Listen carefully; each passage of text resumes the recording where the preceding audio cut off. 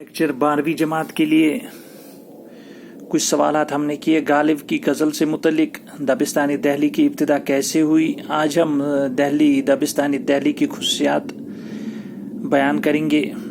جواب: دہلی صوفیوں کا مرکز رہا ہے، اس لیے یہاں کی شاعری میں تصوف کا ذکر اور اس سے جڑے معاملات جا بجا نظر آتے ہیں.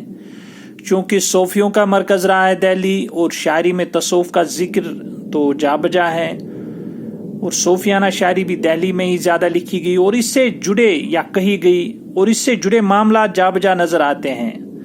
تو ظاہر سی بات ہے عشق و عاشقی کا ذکر بھی یہاں کے شاعروں نے خوب کیا ہے. عشق و عاشقی بھی ہیں لیکن انہوں نے پاکیزگی کا دامن ہاتھ سے نہیں چھوڑا. پاکیزگی لیکن برقرار ہے. حالات بھی ویسے ہی تھے اور عشق بھی اگر کیا تو اس میں سنجیدگی تھی، پاکیزگی تھی.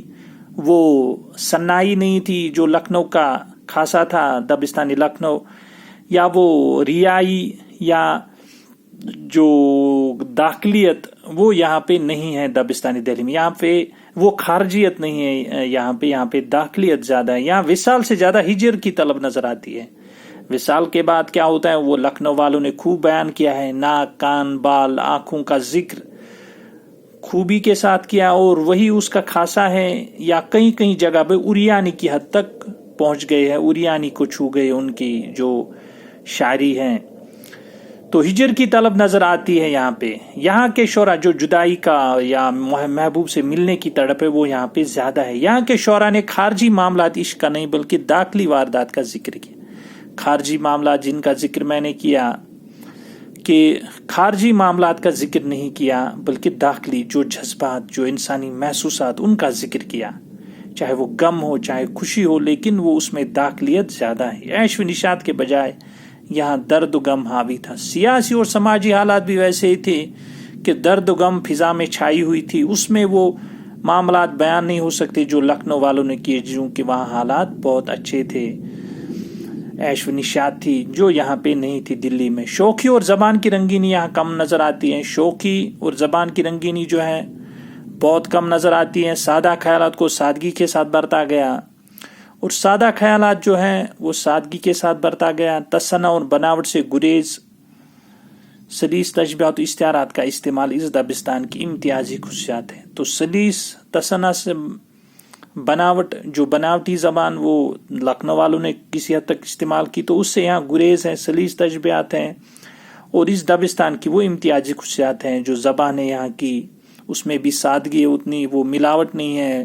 بیجا عربی، فارسی یا باقی جو تشبیہات یا اوریانی وہ یہاں پہ بہت کم ہے یا ہے ہی نہیں. اس میں جو داخلیت زیادہ ہے دبستانی دہلی کی شاعری میں. دبستانی دہلی کے نمائندہ شعراء.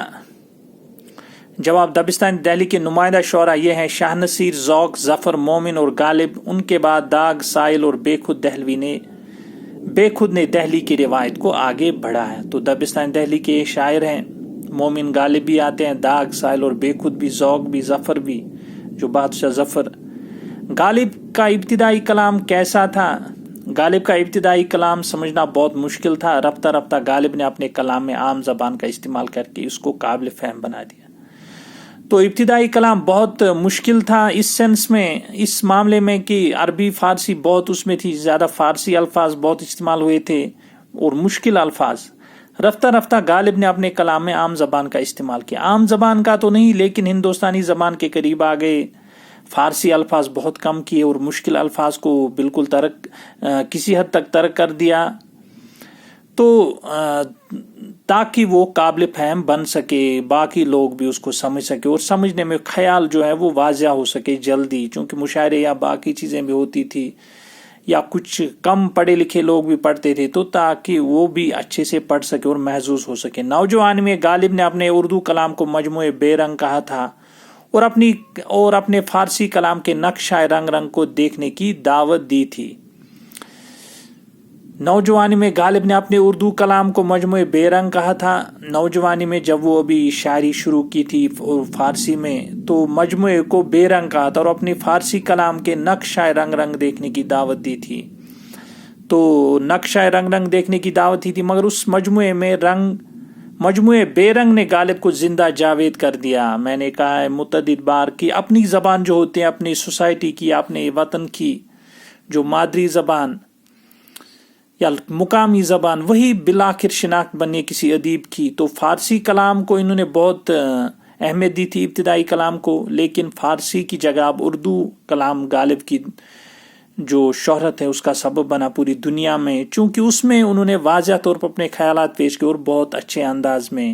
بالآخر سب کو ماننا پڑا کہ ان کا اردو کلام جو ہے بہتر ہے اور برتر ہے فارسی کلام سے. فارسی کلام بھی پڑھا جاتا ہے، لیکن شناخت آج کل غالب کی جو ہے وہ اردو کلام سے، جو اردو ان کا دیوان ہے. اگلے سوالات انشاءاللہ اگلے لیکچر میں باقی جو سوالات ہیں ان پہ بات کریں گے. شکریہ.